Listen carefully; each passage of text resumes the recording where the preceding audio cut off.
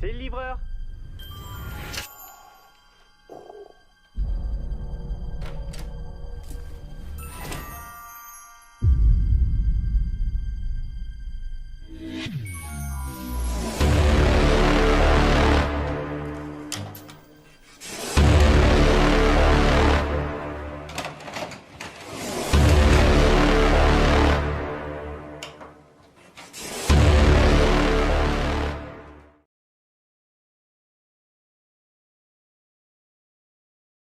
Guichard ont encore en mémoire les piètres 0-0 contre Bordeaux, contre Sochaux ou contre Strasbourg. En fait, à Saint-Etienne aujourd'hui, on évoque surtout le derby de la semaine prochaine, quand Saint-Etienne ira défier Lyon au stade de Gerland. Méfiance quand même, car cette équipe lorraine reste certes sur 2 défaites consécutives, mais les coéquipiers de Jean-Philippe Séchet n'ont pas l'habitude de prolonger une telle série.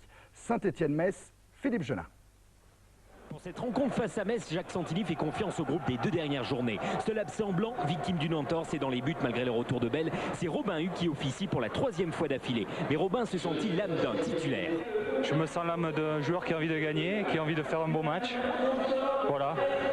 Et Hugues, on le retrouve en tout début de rencontre avec ce coup franc messin de Piré et une prise de balle impeccable. Mais il faudra attendre 15 minutes pour voir une véritable action. Moravcik centre pour Mendy et c'est une sortie de but. Le match s'anime un peu plus, corner de Moravcik et tête de Cyprien. C'est à côté des buts de Songo. Cyprien qui a reçu pour la 5e fois la panthère du meilleur joueur. Il rejoint dans l'histoire du club Christian Lopez et Christophe Deguerville. Les Verts monopolisent le ballon. Petit festival d'Étienne Mendy. Étienne Mendy se retourne. Il centre et va trouver Roland Wolfart à la limite du hors-jeu. Reprise de l'Allemand et 1-0 pour Saint-Etienne. Joie de Wolfart et de Mendy, mais surtout 2e but de l'Allemand sous le maillot vert. La réaction messine ne se fait pas attendre. Chanlot va récupérer ce ballon. Il s'infiltre dans la surface et faute sur Chanlot. À la limite, c'est le coup franc. Un coup franc que va tirer Hérault. Tire canon du Messin. Et ça frise la lucarne droite de Huck.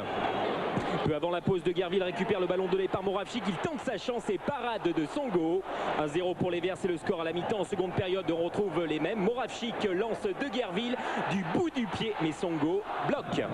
Moravcik, encore lui, lance Svirchevski. Svirchevski dribble, il tente sa chance et blocage impeccable de Songo. Saint-Etienne pousse, Cyprien lance Svirchevski. Svirchevski donne pour Wolfart. Tir de Wolfart, mais Songo repousse et Moravcik ne peut ajuster sa frappe avec le retour des Messins. Wolfart déçu, il est vrai, il a eu la balle du 2-0 au bout du pied. Mais ce n'est pas fini, Songo se prépare pour le coup franc que va tirer Lubomir Moravcik. Lubomir Moravcik s'élance et il le tente direct et ça frise la lucarne gauche de Songo. Superbe coup de patte du Slovaque et Songo est en colère. Metz tente de réagir par l'intermédiaire de Chanlot. Il va tenter sa chance, mais ça va être largement au-dessus des buts de Robin Hugues. Score final 1-0 pour Saint-Etienne. 3e victoire des Stéphanois à domicile. Et Moravcik, qui aura été l'homme du match, devra être au top vendredi prochain pour le derby Lyon-Saint-Etienne au stade de Gerland. Oui, mais Saint-Etienne revient petit à petit. L'équipe de Jacques Santini prend position dans le championnat.